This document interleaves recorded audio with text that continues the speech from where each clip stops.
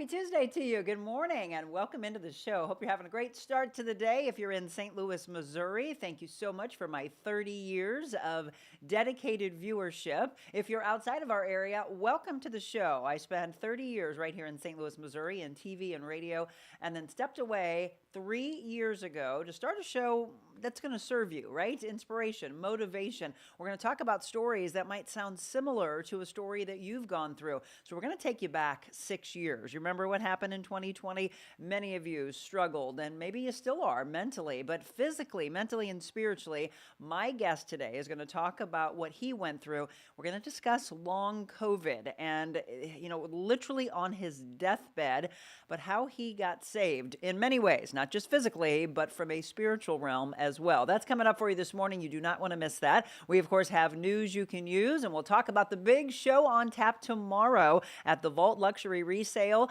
Looking forward to meeting some new models, and then one that actually did our NCJW resale shop show. And she's like, oh my gosh, I want to get involved in the Vault. So she's involved with a friend of hers as well. It's going to be at 8 a.m. tomorrow. So don't look for us at 7 o'clock.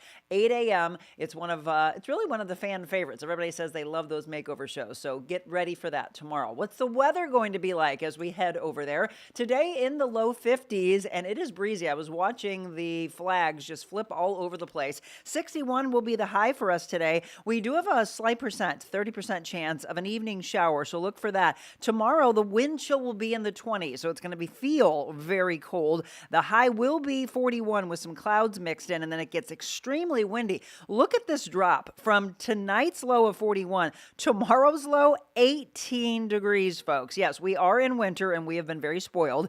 34 and partly sunny skies on Thursday. And then right now, and we'll find out when we talk to Beckett on Friday, but there are possibilities of some snow coming in. We'll find out exactly where. It is a very small percentage, though. 20% light rain snow expected on Friday, 42 with a low of 22, and again, breezy. And then Saturday, some flurries or maybe some light snow. Again, I looked at about 20 to 30% chances. 29 cloudy skies on Saturday. Sunday, not much better. 28, but the sun's going to try to peek out. But look at that low Saturday night, 12 degrees. Sunday's low is 16. And then we get into Monday, and it will start to warm up again. Martin Luther King Day is on Monday, 34 degrees. Tuesday, 36. Wednesday, 42. And then a slight chance of rain on Thursday. Again, these percentages are very low. We're only talking 20, 30%. So we will really zone in on that and see how things look as we get closer into the weekend. All right, last night, as I was getting ready to go to bed, Michelle Harmon, which a lot of you knew, she was part of our show for a while, she sent me a text and said, when are the monkeys going to arrive on the real Monica Adams set? And I was like, what?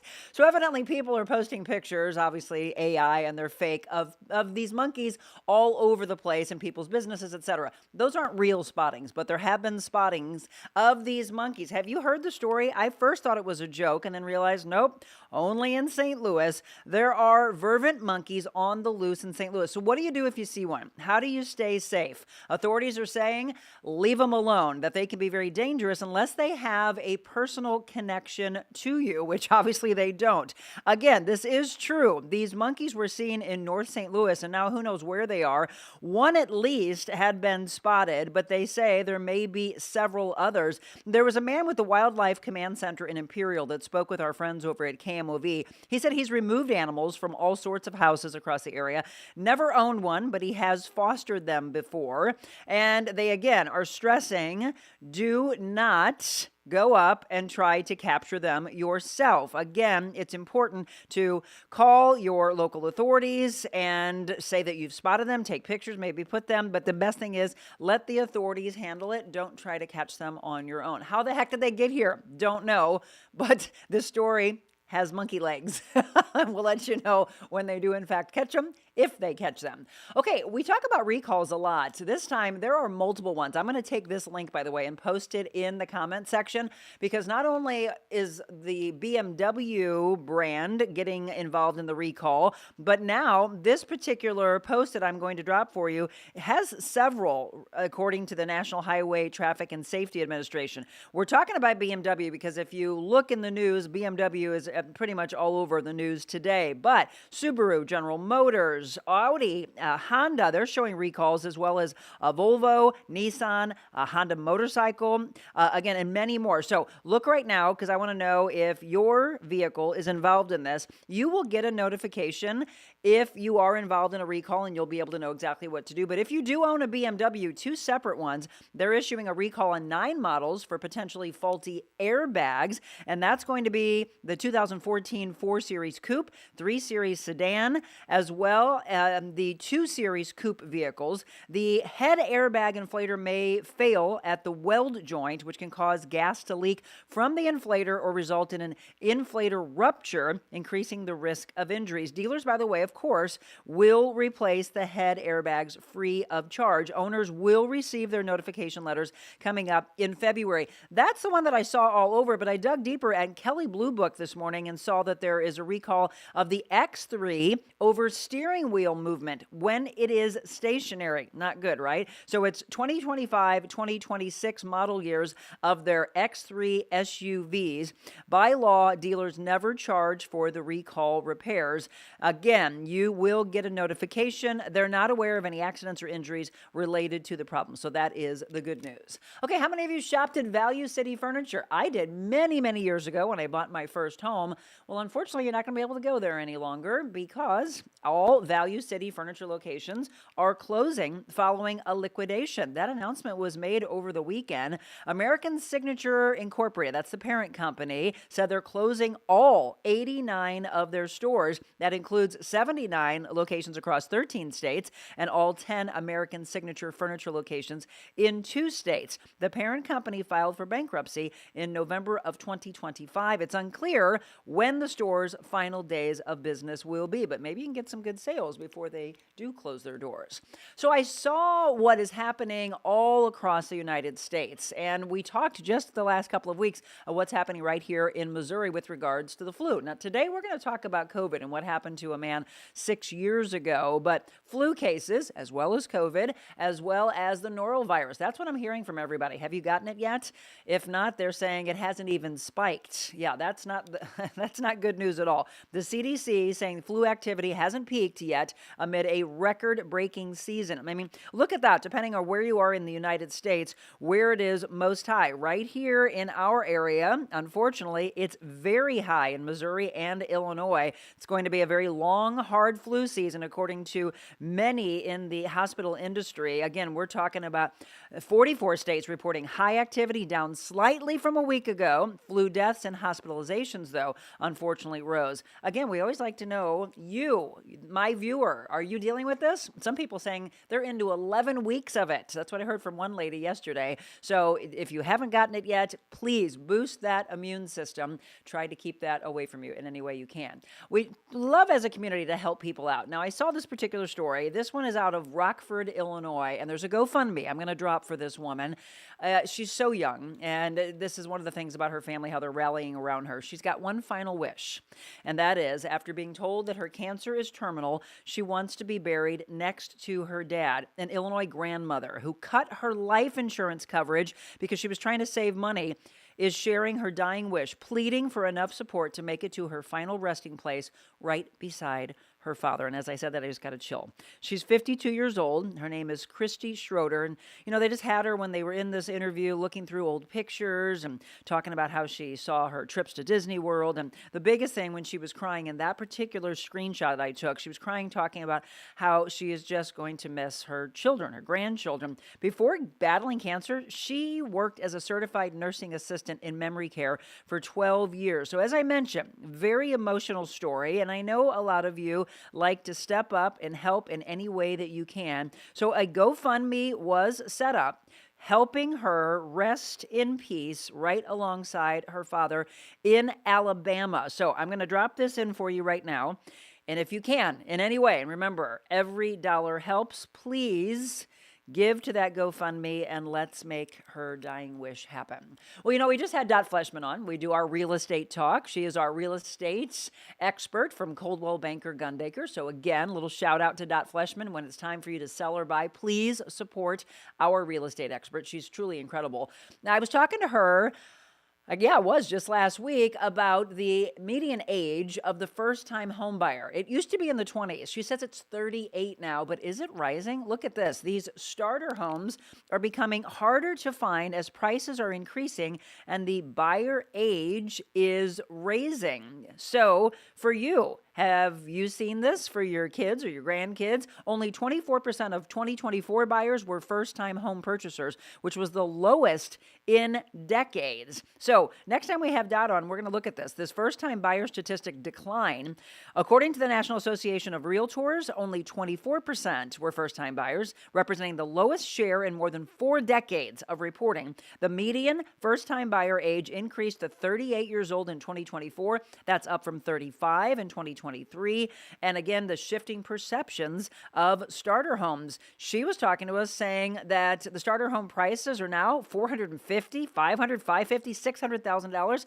So what's the advice for you? First-time buyers discuss priorities to determine where to make your sacrifices during your house hunt. The most important thing is, and we talked about this, do not try to go at it alone. A lot of people who say, oh, I've got this, I don't need the help of a realtor, that is the number one thing. That's a no-no. Okay. I asked this a few weeks ago on the show. Would you get in one of those Waymo cars? My answer is no. I don't see me doing it anytime soon. And after this story, definitely am not going to do this. A Waymo passenger jumped out of a self-driving car after it stopped on the railroad tracks near an oncoming train. This is absolutely crazy. This happened in Phoenix. In fact, there was this guy that took a picture of it and then a video, and they were hoping, like, is this guy going to get out? He did jump out on his own accord, seeing what was happening. And then, here's the thing that I thought was crazy. This guy ended up saying in this video from this news station that he felt sorry for the car. And I'm like, you feel sorry for the car? What? No, we shouldn't have these. Why did we ever let things get turned over to robots? And I was listening to a discussion while we were at breakfast over the weekend. They were talking about Elon Musk coming out with robots and coming out with, I think there was a new car that was only, this, I like this, a new car that was only going to be like $19,000 or $20,000, brand new. There's a lot of cool things that are coming out, but this is what I've been saying. I'm fearing that we're going to see more and more of this. But imagine if that guy wasn't paying attention or he fell asleep, because as a passenger, if you're trusting these Waymo vehicles, you think they're going to take you to your destination safely. It was driving on the dang railroad tracks, a rail track. So I don't know, just crazy. Again, I asked a couple weeks ago, would you get in one? Say yes or no, just real quick, just yes or no. You don't even have to even write more than that. My answer again is no. After seeing that, absolutely not. There's a lot that needs to be done before I would get into one of those. Okay, did you see the football game last night? Is this the end for Aaron Rodgers? A lot of people talking about the Pittsburgh game against the Texans. Unfortunately, Pittsburgh losing to Houston. The final was 30-6. Again, that was the wild card game, and Aaron Rodgers battered by the Texans in this brutal playoff performance. If you watched it, what did you think? If not, you might want to catch some of the replay. The Blues, by the way, they're playing the Carolina Hurricanes. That game tonight is at 6:30 in town here with our St. Louis Blues. And then your national day of calendar, it is National Shop for Travel Day, and that usually happens because people are really cold and they want to go somewhere warm. Well, this is a day. Maybe you'll get some good discounts. It is Korean American Day, National Sticker Day. Put them all over maybe your computer, your laptop, your Kindles, who knows? Maybe you put them on your mugs you carry around. Today's your day to find a new sticker. Stephen Foster Memorial Day, and then National Rubber Ducky Day and National Peach Melba Day. So if you got the kiddos and you're putting them in the bath, throw in a little rubber ducky. Maybe get an extra one for them today. All right, so that's how we do it. We give you news you can use. These are talker stories, right? We used to call them water cooler stories. So feel free to spread those with your family. Let me say hello to my family, which is all of you. Christy, good morning to you. Julie, good morning. Linda says, beautiful sunrise this morning in my neighborhood. I was already here. It was still dark. I didn't get a chance to see it. Kathleen, good morning to you. Rose, good morning, Maniacs. Debbie, Genus, good morning. As always, great shows with great info. Thank you. I appreciate it. Sean, hello. So who owns the monkeys? Don't know. And that's the thing. It's illegal, by the way, to have one of them. Why are we not hearing about them missing from someone or someplace? Well, probably because that person knows that it's illegal and they're not coming forward. Barbara Lagrada, good morning to you. She's got a 2023 Honda Civic, so look for a recall notice, evidently. Good morning, Babs. Luann, good morning to you as well. Karen, good morning. Kathleen says, nope, wouldn't get into Waymo. Karen says no. Bab says no. Rose says no. Linda, no. Barbara, no. Okay, everyone. And my audience says no, no, no across the board. Finding someone that says yes, because people are getting into these. Who are you and why? All right, let's take a break. When we come back, did you get COVID? Did you get it bad? Do you have long-term problems from it? Well, I got wind of this story from my guest, and immediately I said, we've got to tell that. Not only was he on his deathbed and pretty much pleading, like, God, if you want this to take me, but if you want to save me, it's what he asked for that showed up that just gave me chills. But it wasn't just him, his daughter as well. We're going to talk about all of this with Tim Husereau. He's my guest when we return.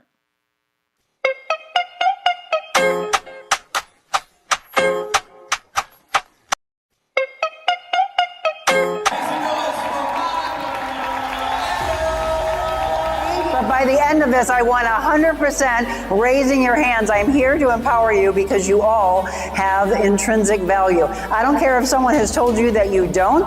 Today, we are here to make you believe in yourself. Hi, I'm Jennifer Bonacorsi, and I'm the president and founder of J Bloom. And I chose Monica Adams to be our keynote speaker because of the positivity that she illuminates whenever she speaks.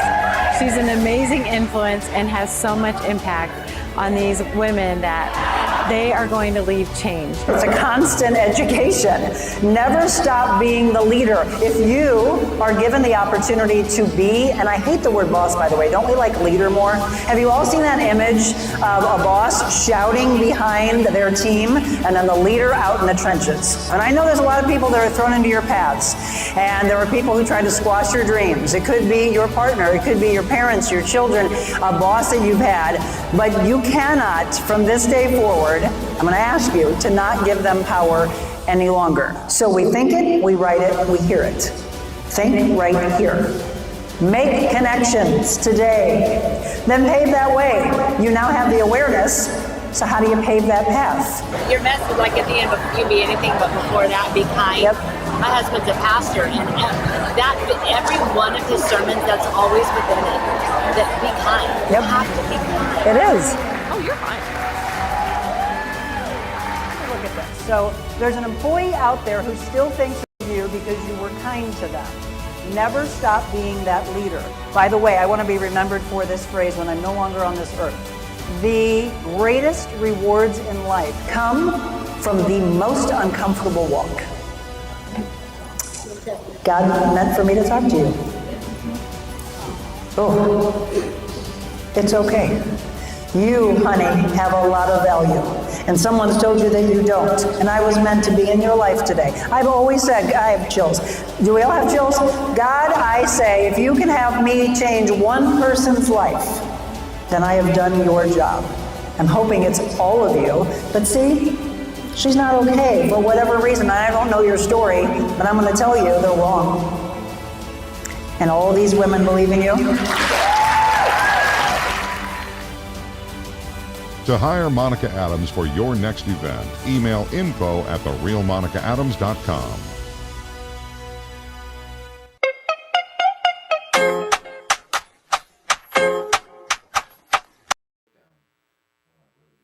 Guys, my name's Tim Husereau, and I'm the founder of a nonprofit called Fish Out of Water.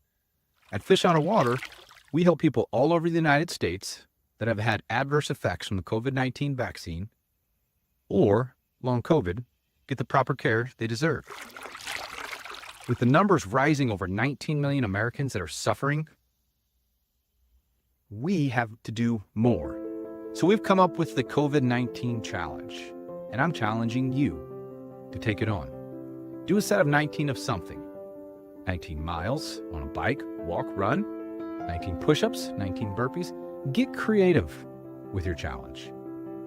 Then post your video on social media and invite 2 of your friends to take on the challenge. After you completed the challenge, go to www.fowus.org and donate $19 so people who can't afford to get the medical care they deserve get treatments. Together, we can help out all those that are suffering. You're invited to the challenge. Let's help others together.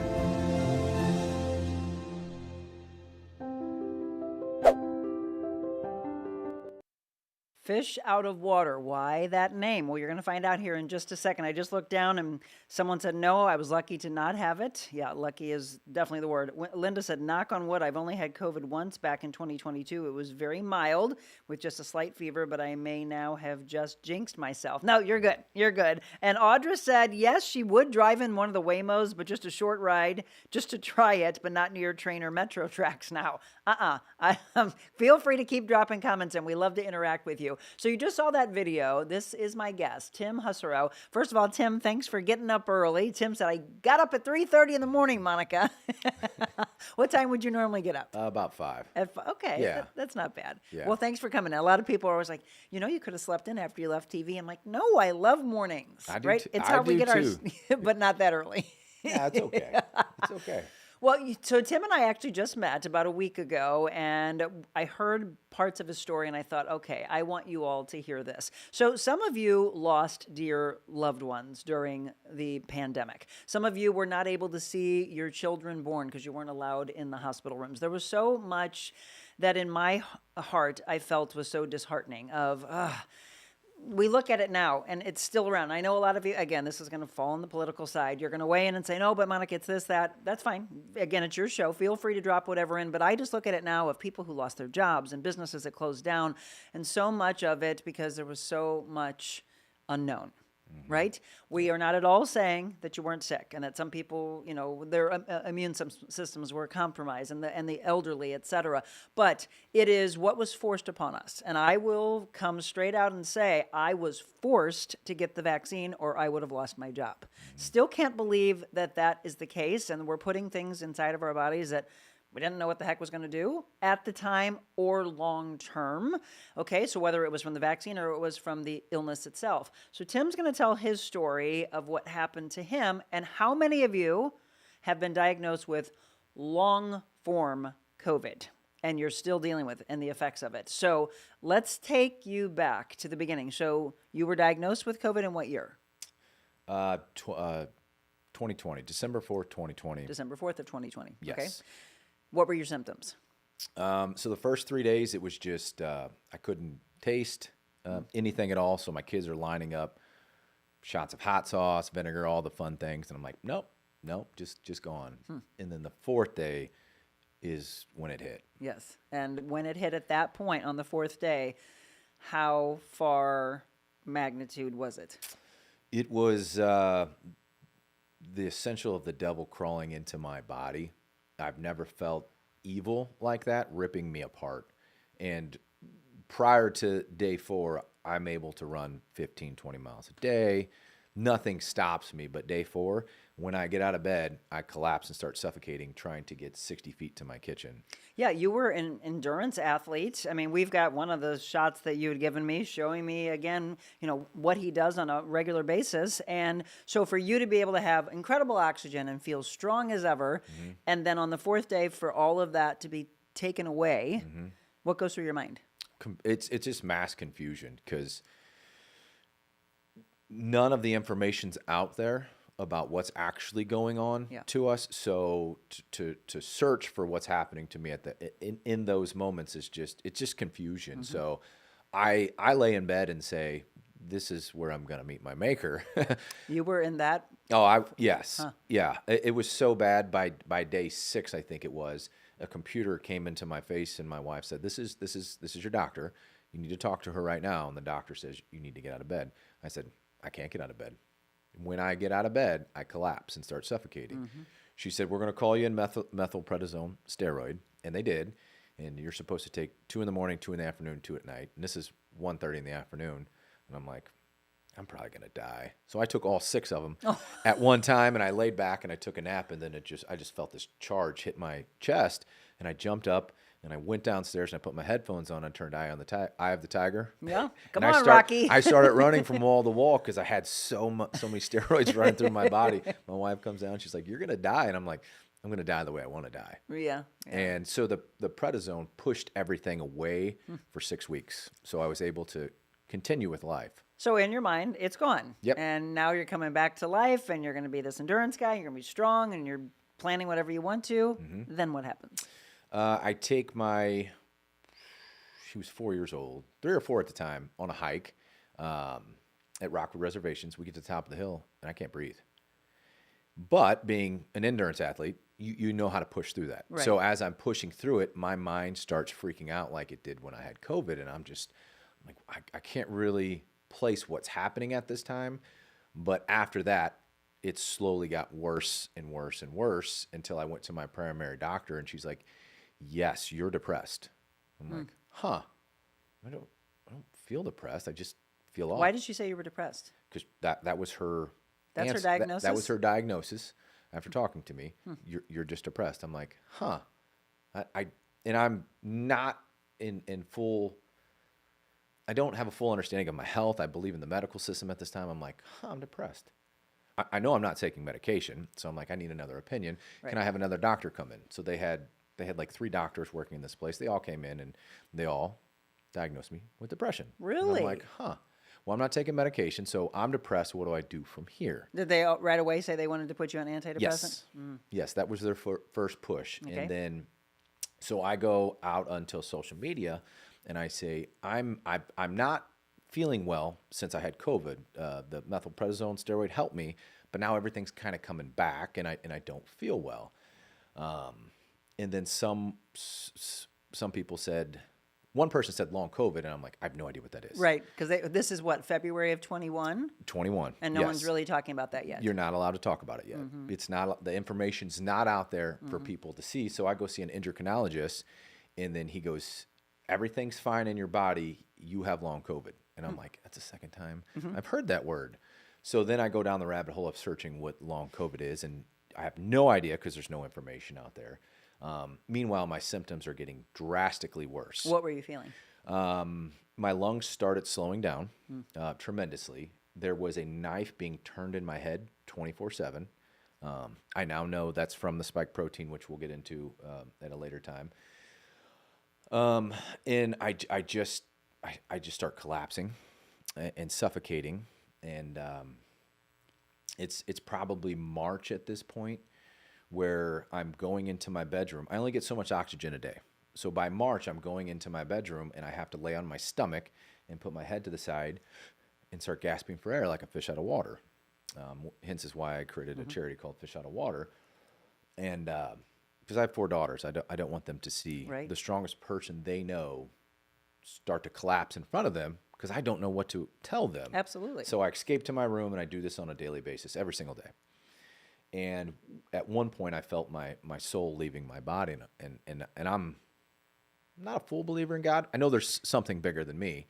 At this point. At this point, yes. I say, This is key to remember at this point, because this is what really connected. When Tim and I sat down to talk about this story, he knows I'm faith-based, and he's like, I got to tell you, Monica, I'm questioned at this point. And how could you not? I mean, a lot of people, they go away when they're suffering from whatever illness it may be. Others lean in, but many do say, well, why me? Yeah. Why am I going through this? So your kids never see you going through this. You're again doing it in another room not at this time. Not the hyperventilation. Yeah. They see me collapse, but then I go retreat to my room to recover, and it takes me 20, 30 minutes to get my lungs functioning again at this point. But one of the times I felt my soul leaving my body, and I was like Peter Pan with a shadow. I'm like, okay, if you don't let me die, I will help everyone that's just like me. And that was March of 2021. And he had such a long way to take me before I could start serving him, because I wasn't close to getting out of hell at that point. It's fun to laugh about now, but by April of the next month, so we're 2021 April, the headaches are so severe, I'm at the hospital for the 3rd time. And I don't go to the hospital. Yeah. Like, I have to be dying for you to convince me to go to the hospital. That's most men. Yes, it's agreed. It's a stubborn thing. We women that have to say, come on, or we have to drag and take you kicking. Yes. Yeah, and in this I just surrendered to it. So the 3rd time I went, the headaches were so severe. Like I said, a knife being put in my head, and so I'm sitting in the emergency room, and I tell the nurse, I'm like, the headaches are so severe, they just won't stop. Like, it's a knife spinning in my head. And she's like, okay, well, we can give you something in your IV to take care of it. I didn't ask. I trust the medical system at this point. They gave me ketamine. For 21 days, after getting that ketamine in my system, I could not sleep. When it got into my body, I felt it going into my system. I looked at her and I said, I'm dying. Like I screamed, I'm dying. And she ran out of the room and left me in there to scream in my bed for an hour and a half because it was just, I don't know what it did. What were you feeling? Like my body was just being ripped apart and I just felt sick. And like I kind of felt like I did with COVID when I had it. It just felt like evil was inside of me. And that reaction kicks something off into my body to where I couldn't sleep. So my wife starts taking me to doctor's appointments and they start throwing sleeping medication at me. And it didn't work. It would drug me and then I'd I'd jump up and have a psychotic episode because now I'm drugged and now I'm sleep deprived and I'd start screaming bloody murder. And then it became, after that, I had a suicide number on my nightstand because nobody knows how to help me. People are turning away from you at this point also. Everybody is turning away from me at this point. They don't. What do you do? I mean, now I look at it from a place of empathy. How do you help someone that doesn't ever ask for help, right? But you can't leave them. And I want you to hear this. We've had a lot of sadness in the world over the last couple of weeks and a lot of loss that we talked about yesterday. But even in the most psychotic episode, you love someone, you cannot leave them. Agreed. Right? Yeah. I mean, they don't need to be alone. And so, again, if you're just tuning in, Tim Husereau, he's telling us his story. And feel free to drop in any comments of what you went through. Does any of this sound similar? Are you still struggling? And, this is the thing. He's going to give you some hope of what he was able to find and how he's helping community. But you have this suicide helpline here. Everybody's turning away from you. You're isolated. You're alone, physically, mentally, spiritually, a wreck. Then what happens? It's day 21. This is going to get hard. This is always hard when I talk about this. So, it's day 21.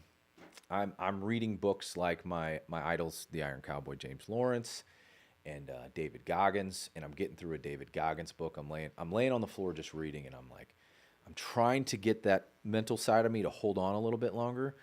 But now I've have friends and family telling me I'm depressed. They're not talking to me anymore. I see people walk by in front of my house and I can hear them, I'm in the back just trying to get sunlight. I can hear them talking about me. I'm done. So day 21, I'm reading a book. I'm like, I can't do this anymore. Like, I don't know what's right or wrong because I'm so sleep deprived. Yeah. So I'm like, I'm going to go take my life. And I went to the basement and I sat down in my basement and I'm like, I put my headphones on and I'm trying to think of the best way to do it because I've never contemplated killing myself. I don't know how to do this. And I don't mean to laugh about it, but I really don't know how to kill myself. And so I'm sitting down there and my wife freaks out. She calls my mom, who's 2.5 hours away. And so I'm down there. I'm like, okay, the only thought I had in my head was, okay, dummy, you can't kill yourself down here. Your daughters are going. The cleanup site's going to come down here, and your daughters are going to see this. It's the only logical thought I had in my head. It's how off I was. So I'm like, I got to go out in the backyard. I got to go out in the woods. That's where I'm going to do it. So I walk up the stairs, and my 8-year-old, but she was 4 at the time, she just ran up and wrapped her arms around my waist.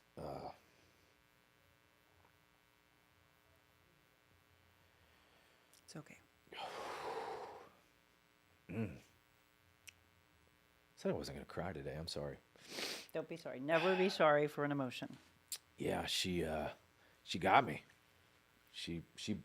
It put love back into my heart and some hope. So I said, okay, one more day. My mom shows up and she's like, okay, what can we do to get you comfortable to actually get you to sleep? I can't think. I don't know, Mom. I'm a mama's boy. Help me, Mom. Right. She brings my favorite recliner up. She says, sit in your recliner.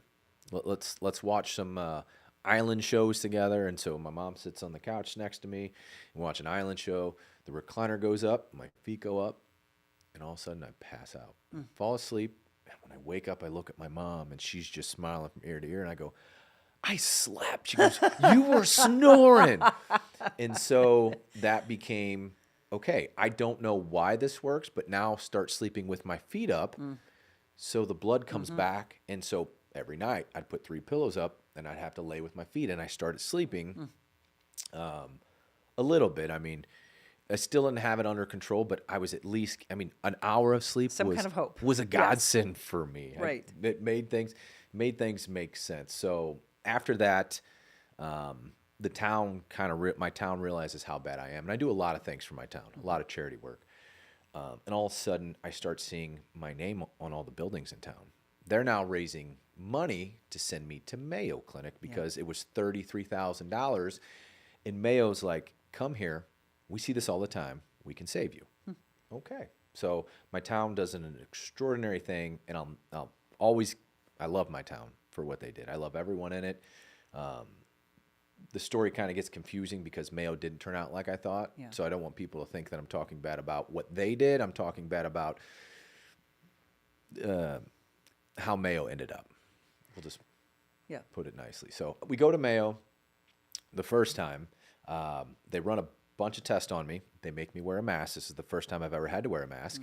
And I start collapsing and hitting the floor in the hospital. So all of a sudden I wake up in a wheelchair on day 3 from blacking out, and I have the MD sitting across the table from me, and he draws a picture of the brain and he pushes it across and he goes, you see this? This is your brain, and this is, and I forget what he said, the front part of your brain. You're in fight or flight. I said, I know, I can't breathe. He goes, no, you're in fight or flight because you're depressed. Again with the depression. Everything crumbled at that moment because now I have to go back to my town and say, thank you for raising money for my depression.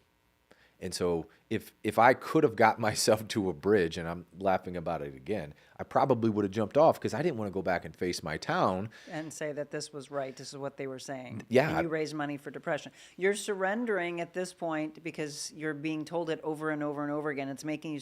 But again, are you all frustrated by the fact that the medical system is failing him and saying you're depressed, but it's manifesting itself physically? They're thinking. I mean, you were screaming. That's not depression. Yeah. Maybe I'm wrong. Again, let me also stress, for all of you that are in the medical field, I have mad respect for medicine, but I'm very big in Western, Eastern, holistic, homeopathic ways of healing ourselves. And there are brilliant physicians out there, but a lot of times you get it wrong. And here are people constantly telling him, at that point, it's 33,000. It gets, Tim, because there's a lot to this story, and we probably would have to bring him back. It gets to how much? 140. 140,000 out of pocket for you. I mean, you're broke. Yeah. Yep. No money left. I spend everything. Let me stress this because we do have a dear friend that we talked about yesterday that unfortunately took his life. When you are in that moment and you feel that the world is better without you, please make the phone call. 988 is a suicide line. Please make the call. Someone on that other line will tell you, no, there is so much love. And if you can give us one more day and surround yourself with people. I'm so glad you're here. I'm so glad that you're not one of the statistics, but we see it all too often. We're going to take a quick break. For those people that might be suffering, that see this now live, or someone shares this with them and they hear this, what can you tell them to not do it? I want to say that before we go to break. So The Rock says this in a show. When you kill yourself, when you commit suicide, you don't kill yourself. You kill everyone you left behind. So as bad as it sounds, it's selfish because you don't know when you're dead, but everyone that cares about you feels that for the rest of their lives. So there's so much damage left. It's so much. There's so many resources out there to ask for help right now. And the thing is, Tim's there. Tim's talking about how much he has love for his family, his mom, his wife, his children. But in that moment, you believe that they would be better off without you. And it's so not true, folks. Again, there's so much mental health and depression in the world.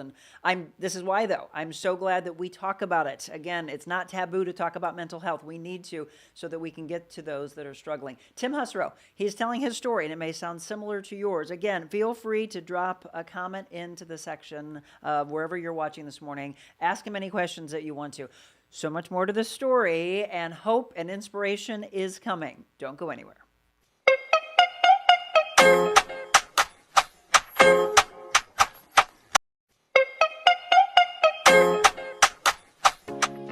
this lady got me in the best shape of my life. I literally didn't know that I could be in shape like that.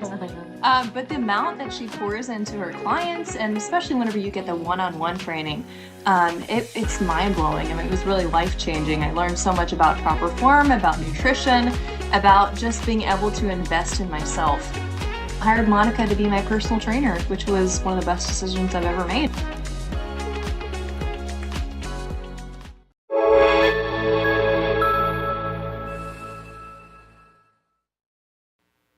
Welcome back. Again, if you are missing any portion of this, continue to watch and then go back to watch the parts that you did. It's the beauty, again, of live streaming. So multiple platforms that we're on right now. Tell your family and friends to tune in. Ask any questions. Have you been diagnosed with long COVID? Do you know what it is? My guest was told that's what he has, but he also was told he was depressed, right? And a lot of times people hear, oh, I'm just depressed. Get over it. That's all you keep thinking in your mind. So medical professional after medical professional is telling Tim Husereau that he was depressed. People are saying COVID changed so much. It did. No COVID, knock on wood.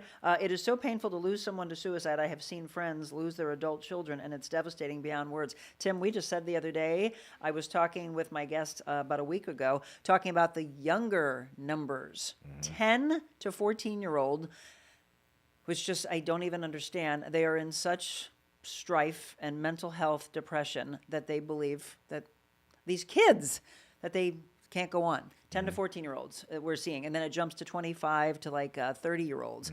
Bullying going down, but suicide numbers going up. And again, this is why we have to talk about these things. So Tim is being very raw and telling you his story. $140,000 in debt. There's a lot that goes on through all of this, but you were told long COVID, and then you're told depression. So then where does it go from here to where you're finally aware of what truly is happening physically to you? So after I come back from Mayo, doctor puts me on a steroid for my lungs and says, stay on this for 6 to 9 months. It will eventually take care of your low VO2 max is what they concluded through all my testing. The steroid's actually making things worse. And I call up the MD, and it cost me $1,500 for this phone call. And he goes, there's nothing else I'm going to do. As I'm laying on my floor with my feet up to get the blood back, I'm like, okay. So now I'm pissed. Throw my computer down, and I'm like, got to do something else. So then I seek out hyperbaric chamber therapy because I'm hearing things about this. I go down to Restore in Chesterfield, and I meet Shannon, who literally saves my life. Yep. Oh, great. At that time. So I go through hyperbaric chamber therapy, do 10 sessions. I put on a 5K, I run it, I take second or third. Really? And I'm like, oh my gosh, this is it. I'm back. This is it. I'm now back. So then I buy a hyperbaric chamber. Oh.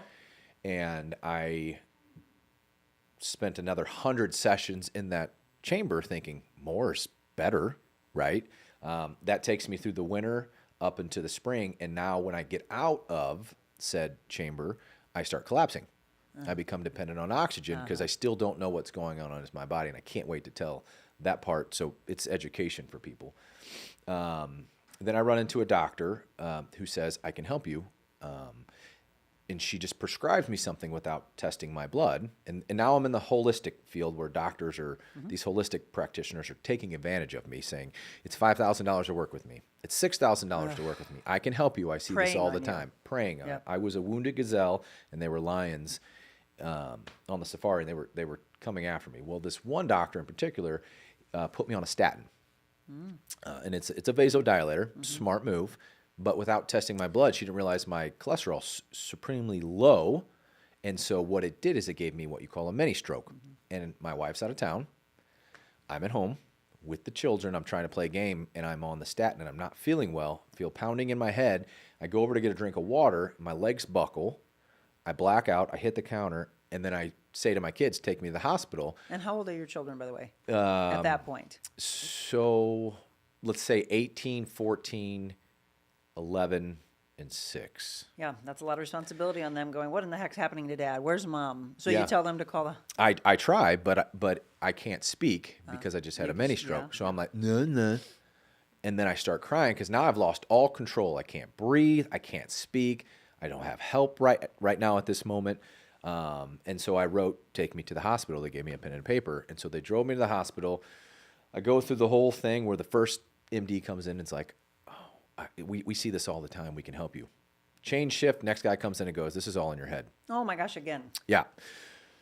Long story short, I get out of that, and I'm like, okay, I had a mini stroke. My body weighs 500 pounds. So I start praying, and it came to me that I need to get into the water. He brought it to me. So I start going to the YMCA, and I start walking up and down for 2 weeks until I can gain mobility again back in my full body. And sometime during that period is when it's all confusing for me, but somewhere in there is when God showed up in my life fully and made himself present, because I explained this to you the other day. All I could do while being very sick was take my children to school and then come back to the couch and lay down and hope I didn't have any crazy episodes. Because your mind really, truly was playing so many tricks on you. You didn't know what was real and what wasn't real. Again, if you go back to what he was saying before, psychotic episodes, pain, again, mentally, physically, spiritually, he's getting ripped apart. This is the part of the story I want you to hear, because this gave me unbelievable chills. Now, if you don't believe in God, if you're questioning, at least are you intrigued? If you don't believe after this, I don't know how to get you to believe. So, tell it, Tim.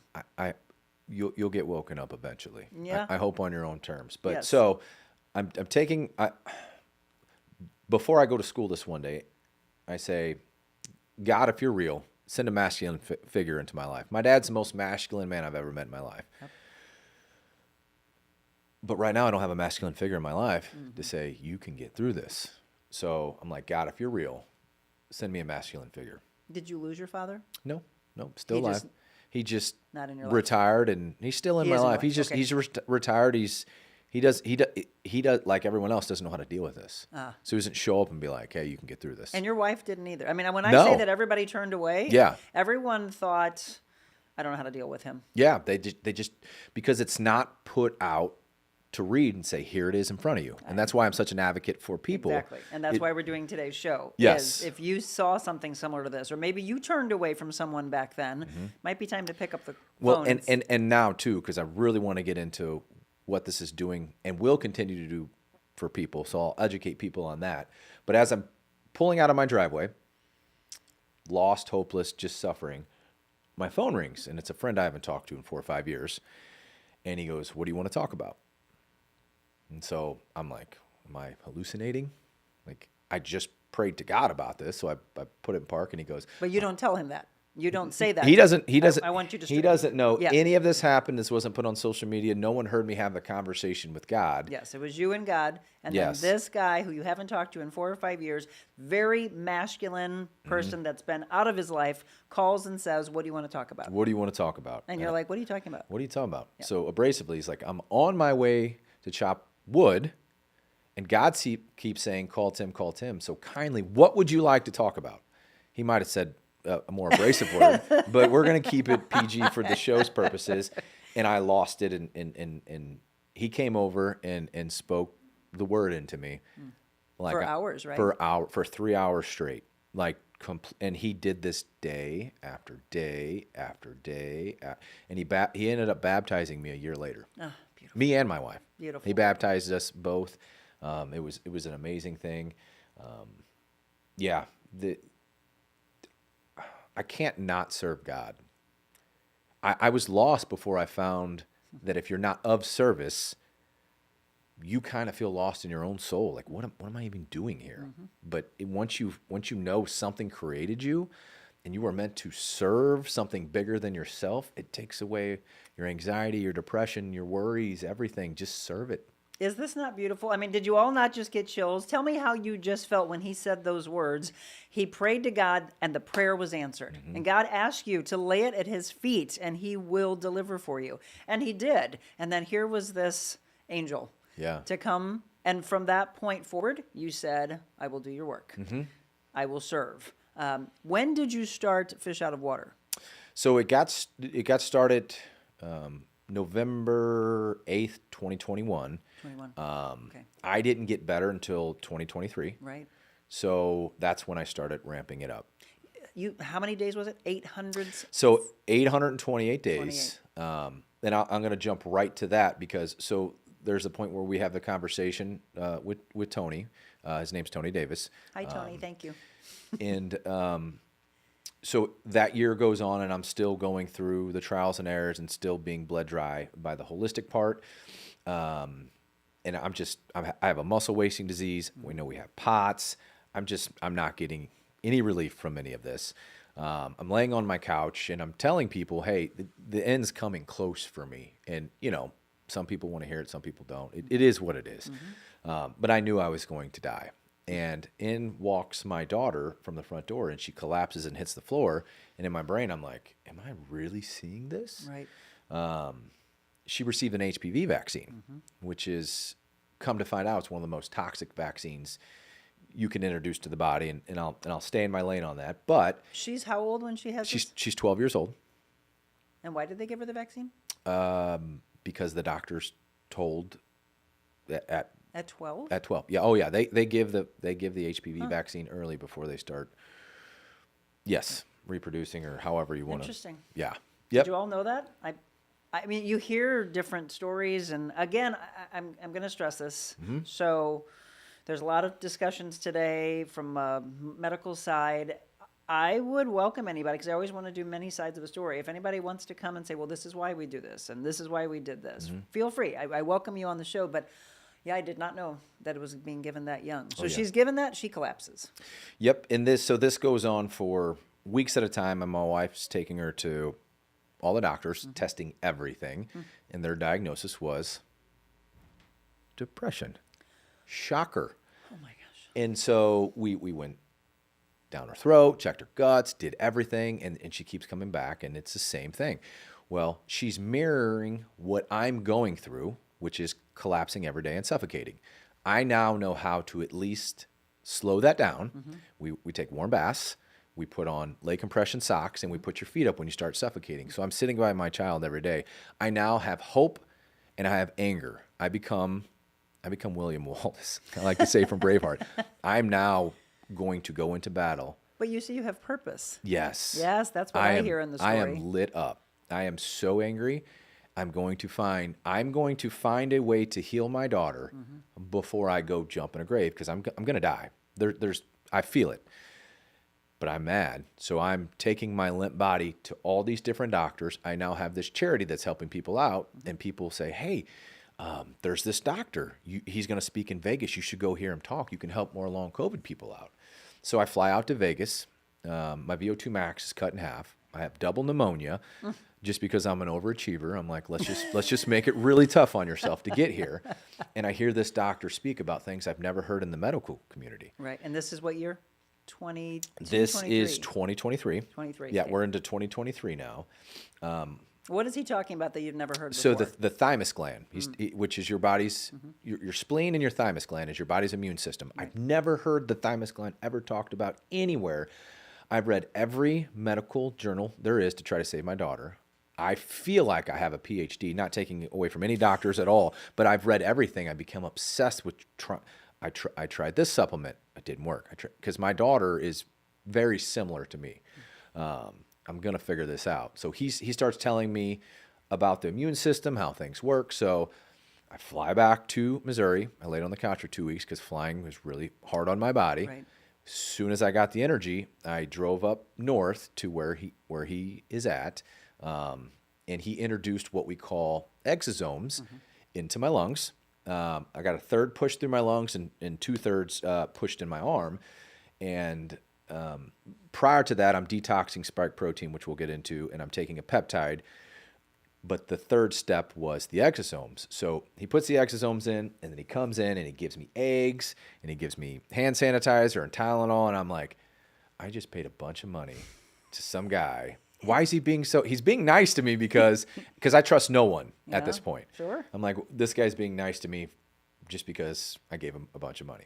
So I get 2 hours back into my trip home. I get out to pump gas, and when I got to pump gas, I put it in, and I took the first breath that went fully through all of my lungs for 828 days.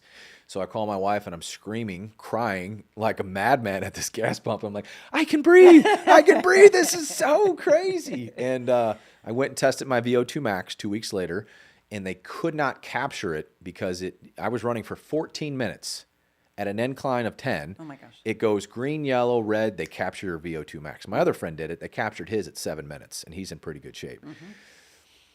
He stops it and says, this has only happened one other time, and it was an Olympian athlete. Are you an endurance athlete? And I lost it, and I started crying. I'm like, I used to be.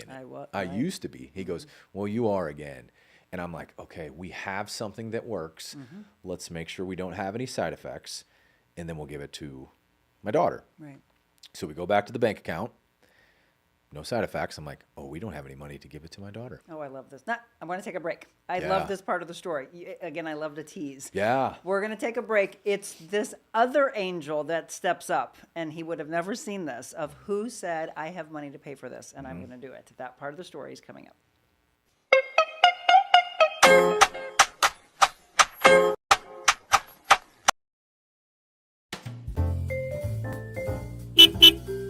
Welcome to the mobile Monica version of the real Monica Adams Show at my favorite restaurant. There's something about a coffee house that's just very warm and welcoming. Gives you that sense of community. What are you most proud of since you've opened it? I cry easily. I'm thankful for everybody here. You opened the door during the middle of the pandemic. You got the best Italian restaurant in the United States. Here in St. Louis, you put us on the map. Does it scare you? Do you go through fear?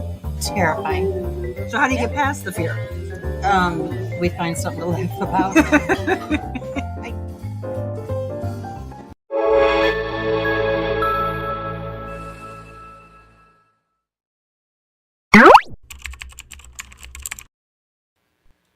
Welcome back. Thanks again for tuning into the Real Monica Adams Show. Very powerful interview. I will turn this in, by the way, to our podcast. We do have an audio podcast that drops on Thursdays at 8 a.m. I think we have one for the next couple of weeks, so this will probably be in a few weeks, but I'll let you know. So if you missed any of this and you are more of a person who wants to hear the message, we'll make sure that you get a chance to do that on wherever you get your audio podcast. I do want to say I'm so sorry. Christy, I had no idea. Christy dropped a comment in and said, I lost my sister to suicide. It's the most devastating loss I've ever experienced. Depression, fibromyalgia, postpartum depression, or COVID. Believe it or not, people have other real diagnoses, but they seem to gravitate towards those diagnosed answers, the depression, right? Jay, who is over on YouTube right now, said, good morning, Monica. Is this interview live? It is. Feel free to ask questions to Tim. It was not pre-recorded. We are live right now, so any comments or questions you want to drop on any of the platforms, please feel free to do so. I'm going to bounce over here to Instagram. If you have any questions, folks, again, while he's live, or if you watch on replay, just do a little hashtag replay, and I'll make sure that Tim sees your questions. So we've been talking about Tim's story, which might look similar to yours or someone that you love. Long COVID is what the diagnosis was. Okay, so you go to the bank account. You are strapped. No money there. Okay, here's another like hit after hit after hit after hit. Who's the angel that steps up and says, I'll pay for this? So my daughter, Brooklyn, we're sitting at the table. Here I am fully recovered physically. I'm like, I don't know who to ask for money, but we need to get money at this point. And she steps up over my shoulder and says like, well, I got a bunch of money saved up. I'd be happy to do it. How old is she? She's 15 years old. This is where I was like, what? Yeah, she's 15 years old. And I'm like, are you sure? Because I don't know when we'll be able to pay you back because I'm not fully strong enough to go back to work yet. I mean, I am just not mentally strong enough to go back to work. And so we do it. We go in, we get her the same treatment I got. 8 hours later, I'm in bed sleeping, and my wife wakes me up and says, she's dying, because she was worried about this procedure because there's not a lot of facts out there about it. Even though they did 3 clinical trials of it and it's passed with flying colors, once it did, I'm going to go back to the story. So she's throwing up. I walk in there and I see red. She goes, she's puking blood. And I go, Haley's her name. I go, did you drink red Kool-Aid tonight? She goes, I did, Dad. I said, okay, I'm going back to bed. You're just puking Kool-Aid. It's okay. And I'm very stubborn about my sleep. Right. Missing so much for so many years. You're in catch-up mode. Yep. I go to bed. I wake up the next day. My daughter's back. It turned the light switch back on for my daughter. Wow. And then from that point, we started detoxing the heavy metals that come with vaccines out of her body, because it showed itself up a little bit about 6 months later, which it can after you get exosomes. We got all the heavy metals out of her body. We got her microbiome working, and now she's MVP of ROTC, which is a program she does for school, for the Marines. Like, she's a awesome. rock star. And she's strong, and it's just, yeah, it's such a blessing. So Can we stress that we're going to get into the education part now for the next 15 minutes before we wrap up? You had received exosomes somewhere else, and it didn't work for you. Correct. Right? So this is the thing. There are people who will try to prey on you. I do wish more and more, but we are seeing this, of the Western side of the medical community to keep an open mind of, okay, well, this works, but when this doesn't, well, why don't we try this? I was sharing with Tim, and I'll share with all of you, it doesn't matter the TV station I was at the time, you probably can figure it out on your own because of the timing of when I worked where, but I did a story at the time about ivermectin, and I got early word on that no one knew. And in fact, I think I might be the very first reporter that did the story. I was told I had to retract the story. I was so frustrated. I was so impressed with what we had known at the time about ivermectin and colloidal silver. If you want to research that, again, everybody has to find what works for them. And I'm not trying to put information out there that you're like, that's not right. But that's what this one doctor and one nurse. I mean, you think of a TV station that should have thousands upon thousands of viewers. 2 people called into the TV station and said that it was dangerous information and that I should have interviewed an infectious disease doctor. We did. I thought it was a necessary thing to bring somebody else into the medical picture who's very well respected, but he's an orthopedic surgeon. But he used this with his athletes and was seeing incredible results. I just don't understand why we don't put that out there. So, feel free to drop in. If you question, you might be in the medical community and saying, I still think it's dangerous. Really, at this point, we see so much that was forced upon us that didn't work, including you talked about masks, and you'll never wear a mask again, right? No. Right? I mean, what it was doing to the lungs, Yeah. and your oxygen. Yeah. Let's get into the education side. So the biggest message now, telling his story, and again, there's so much more to it, but it is now the awakening of what you've gone through, now what she's gone through, and where you are, and then you take it where? So I start speaking on stage. First time was in Texas. I got to speak in front of the smartest doctors that are fighting to awake people up. And these are Western medicine doctors? Yeah, it was the FLC, the frontline doctors that first came out and said, you need to get on ivermectin, you need to get on hydroxychloroquine, that had their licenses taken from them. So I'm speaking on stage telling my story to these people. And then afterwards, they came up and they started working with my charity. We started helping people together. So I'm starting to learn how I got to this position that I'm in. And this is for everyone. It's called spike protein. When you get COVID, you get spike protein. What spike protein does is it, and you can look this up, it attaches to the ACE2 receptor. You have those all over your red blood cells. It hijacks that ACE2 receptor, gets into your red blood cell and slows down the mitochondria function of your cell. When the red blood cells slow down, your immune system drops, your oxygen saturation drops, and it's different for each people depending on your underlying condition, which is what they were always right about. It affects people differently. And I don't care what anyone did, but what was pushed upon us is take this vaccine, which we don't know much about. Correct. That now injects spike protein into your DNA sequence to make spike protein indefinitely. They don't know how long. They're testing people 2 to 3 years after getting the vaccine, and it's still replicating in their cells. So in real time, spike protein is attaching is a bad word, attaching to the red blood cells. Right. So in my charity work, when I get on stage now, it's purely educational. I love everyone. I don't want to argue with anyone. I didn't make the pandemic. I can explain where the pandemic came from. It's actually out there. You can look it up. Where spike protein came from. It was created in 1966. So it's been around for a very long time. But there's natural supplements out there that can help take the spike protein out of your body. And from what the top medical professionals say, you need to get it out of both your body and your brain because it can cross the blood-brain barrier, which that's where people start feeling anxious and depressed and confused and brain fog and forgetfulness. Like I forgot where I lived one time when I was away from my house because of the spike protein was so severe. So I'll be on detox for the rest of my life. Okay, I was just going to ask about long term. Until we can figure out how long the DNA replicates, or the spike protein replicates in the DNA. We don't know that yet. That's a question that's still out there. They don't know. So there's a lot of doctors out there talking about this.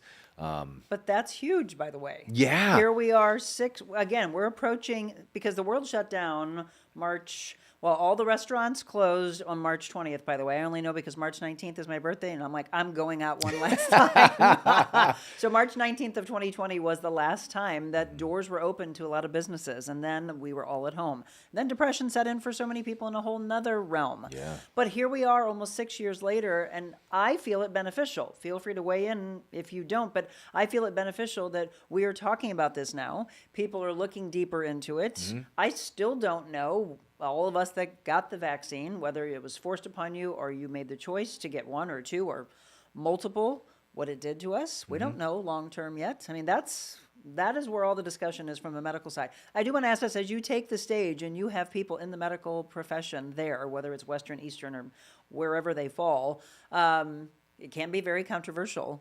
What kind of feedback do you get? It depends on the audience, but I typically start with my story because of the work that I do is not typically in the medical industry. So I start with my story to kind of get them to understand. I've been there. Where I'm coming from. Right. This is coming from experience, Right. not education. I had to fight for my life to get back. And while fighting, I educated myself enough to show you these things. And I'm just showing you what I've learned. And through our charity work, I'm literally seeing people go from their deathbed back to full health within 24 to 48 hours. And I can share some videos with you. My favorite one is Delane Dale. I went to church. I know we gotta go, but I went to church and I had bad PTSD after I recovered. And so I'm booking it out of church because I don't want to talk to anyone. And a lady goes, "Hey, I got a friend that you need to talk to." She caught me on the way out. She goes, "She just called me to get her gravesite set up because she's going to die. She got the vaccine. She can't breathe." So anyway, long story short, I go show the doctor how to do this treatment because they didn't know how to do it yet. 10 minutes after she received the treatment, her lungs came back to 100%. In front of us, she stops gasping and she starts crying, and I start crying. I'm like, "You can breathe." She's like, "I can breathe." So for me, I want to give people hope. It's not the end if you're suffering right now. For me, God is dragging you to deep water to cleanse you, to wake you up to what is actually going on right now. Everyone's full of so much potential. When you find the hope and the healing you need, just serve it. And that's my message I give to people on stage. So, and I'm also very big. So these doctors aren't going to come yell at me like, "Okay, you can disagree with me. Let's have educations." But I never feel threatened. I feel like I'm doing God's work, and if you disagree, good. You can have your opinion. It's a good thing. We do need questions to come. And even if someone is irate, like, no, okay, so at some point, hopefully you'll calm down and listen. And that's what this was supposed to be, right? Yeah. So education and hope and inspiration, telling a story that might sound very similar to something that you've gone through, but it's where that hope is. So for those that are catching the show, again, live, or someone's going to share it with them, and they say, "Well, I need to know more." What's the best thing for them? And the charity itself, again, people can donate to help others that need this kind of hope.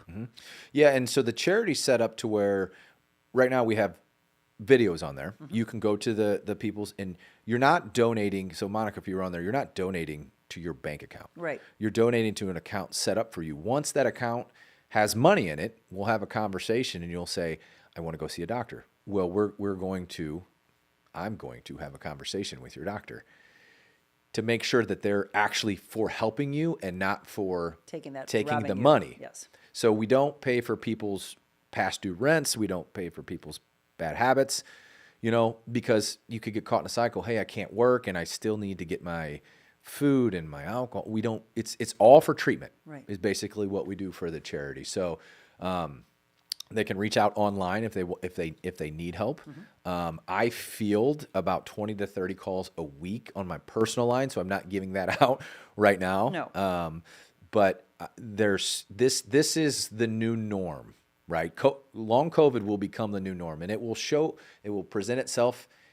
Right now, there's 250 different symptoms to long COVID. So if you feel different since the pandemic, more than likely it is something that is brought on by inflammation. That inflammation could be brought on by spike protein, because that's what spike protein does. It's a protein that's not supposed to be in the human body, and it causes inflammation. And so could it, if it hadn't already popped up and show itself, it still could be coming? Oh yeah. Yeah, because, and this is from the top medical professionals, this is not Tim Husereau. When you get vaccinated, you can pass on the spike protein through air, relationships, I'll keep it PG, or sweat. So spike protein is transferable. When you breathe, it will come out encapsulated.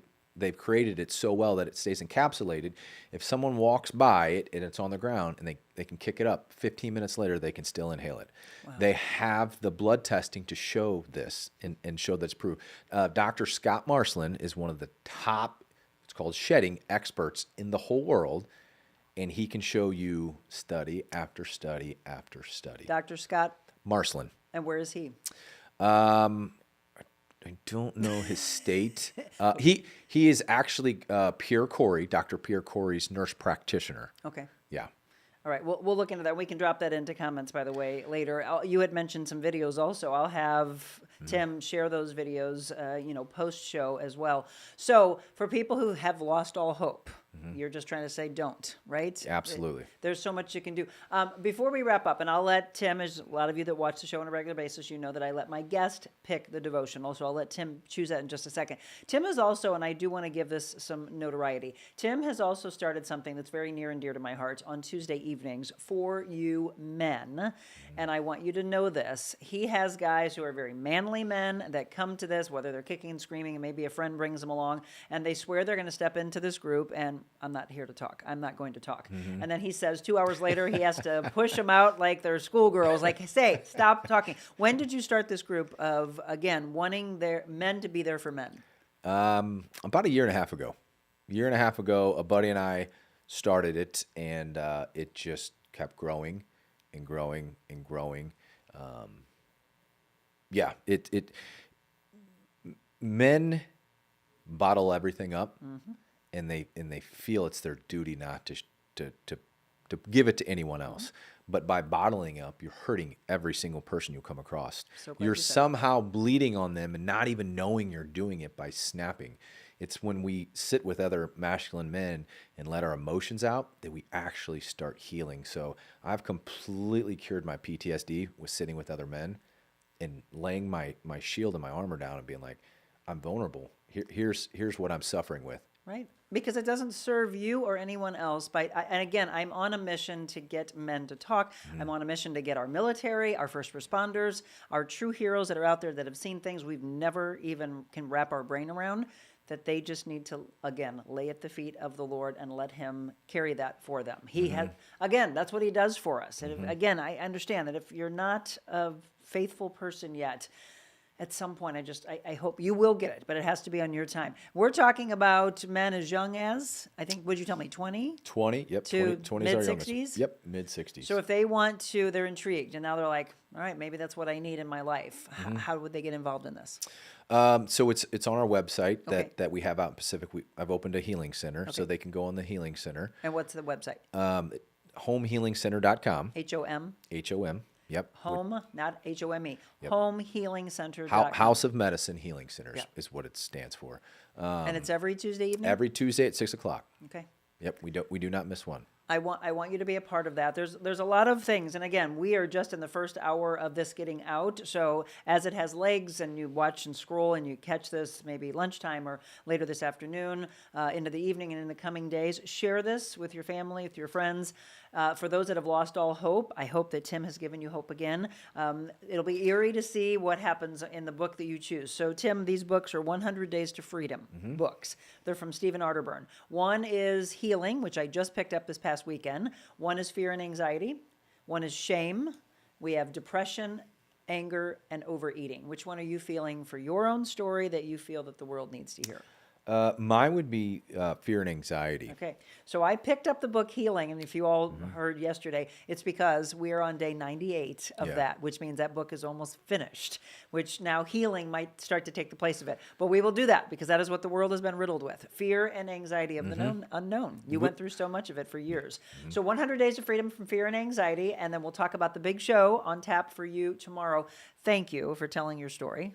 Thank you for being vulnerable and raw, because that's what we need more of. And again, please reach out to him if you have any other questions. Look into the charity. Look into that Tuesday evening wonderful men's group that's there for you. It's there. Utilize it is the biggest thing I can say. Tim, thank you. Thank you very much for having me. Absolutely. The devotional coming up next.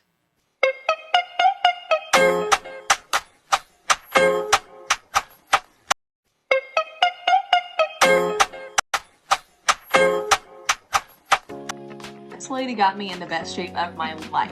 I literally didn't know that I could be in shape like that. But the amount that she pours into her clients, and especially whenever you get the one-on-one training, it's mind-blowing. I mean, it was really life-changing. I learned so much about proper form, about nutrition, about just being able to invest in myself. I hired Monica to be my personal trainer, which was one of the best decisions I've ever made.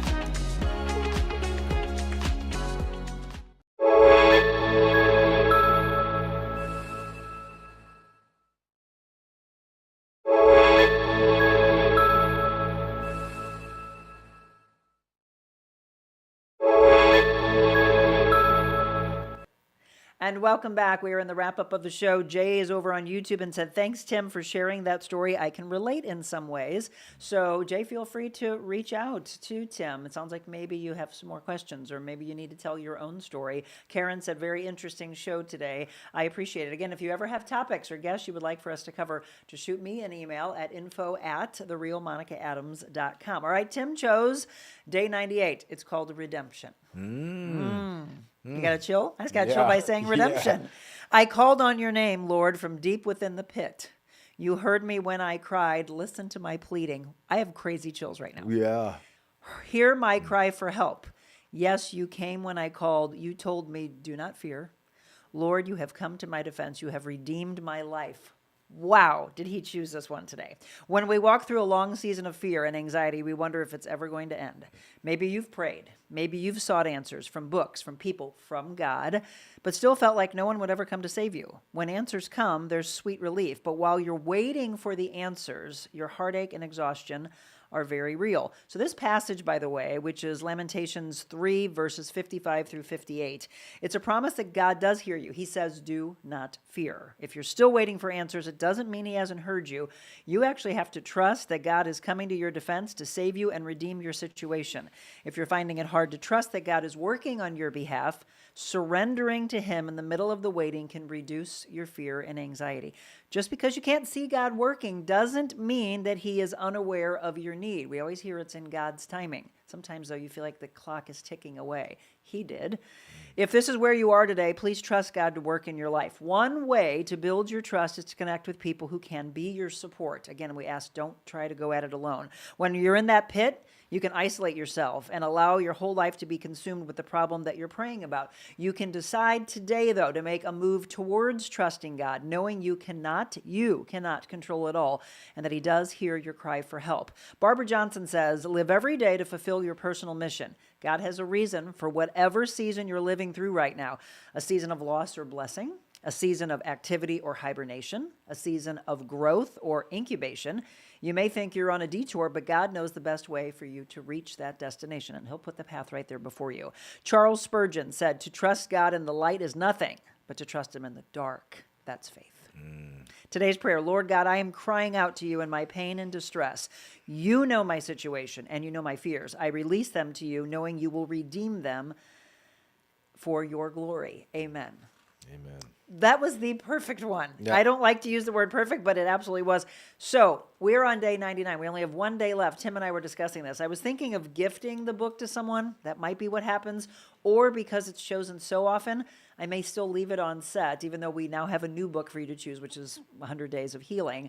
But we might just do it and just say, pick a number, and God will say, pick this number. Because he absolutely chose that one for you today. That freaked me out. It freaked me out. All right, folks, so tomorrow, I'm very big into fashion. You all know that. Tomorrow is one of my favorite shows that we do. It is the big makeover show at the Vault Luxury Resale, which is at 2325 South Brentwood Boulevard.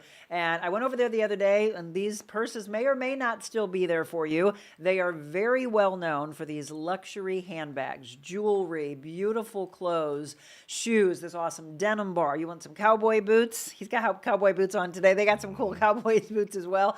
But I'm talking about luxury without the luxury price tag. I mean, look, Hermes and Prada and Gucci and Louis Vuitton, all of that. These ladies are amazing. I can't wait to sit down. Diana Ford, her mother Sue, Laura, they are all going to be there. And then we've got, what do we have? 1, 2, 3, I think we have 5 or 6 models that are a part of our makeover show. So we get a chance to see how the world normally sees them dressed, and then the stylist at the Vault choose a couple of outfits. So tomorrow you get to weigh in. Do you love the outfits? Do you like outfit 1 or 2? That's what our guests always do. And the Vault Makeover Show tomorrow, 8 a.m. by the way, so we will not have our normal 7 a.m. show. Don't look for us at 7. Look for us at 8 o'clock, and we'll be there for you. And then Apricot Lane Boutique, I'm coming for you. This is in O'Fallon. That'll be February 10th. That's an afternoon show, by the way. 4 p.m. We will be shopping together and telling the story of Monica Lynn. Yes, she has the exact same name as me. So Monica owns Apricot Lane Boutique. In fact, before we go and have the fun part of the show, which is February 10th, she'll be with us the last Monday of this month, because I always love to hear the story behind the business. And so we get to tell her story. Apricot Lane Boutique, go support her. She's in that plaza where Moss's is in O'Fallon, right there off of the 40 and Winghaven exit. If you would like for us to bring the show on the road to you, by the way, shoot me an email. They call those Mobile Monicas. So new sponsorships, new Mobile Monicas, so much to come in 2026. I'm loving it. All right, hold on. Jay just said, have either one of you heard of Dr. John Campbell? I have not. Have you? Maybe. He's been at the forefront of researching and interviewing people regarding the big C and also the other big C cancer and ivermectin. Okay, so I haven't, but Jay, you know what? If you're connected to him, feel free to send me information. I'm very big on getting this out. I've got a lot of friends that were using ivermectin during the time that we were all told not to, and now more and more people are talking about it, and hopefully it doesn't get shut down anymore like it used to. So thank you, my friend. Thank you. Wonderful story. And again, share now like crazy. Let's get this to go all over to your followers as well. So tomorrow, we'll see you for the big makeover show. From now till then, in the next 24 hours, do the greatest thing you can do in life. Get out of your own way. Maybe as you're running your errands today, or go pick up the kids from school, go out of your way to be kind to someone, because that spreads like crazy. And that's how we eradicate hate, and we bring more love and kindness into the world. Be kind, and God bless.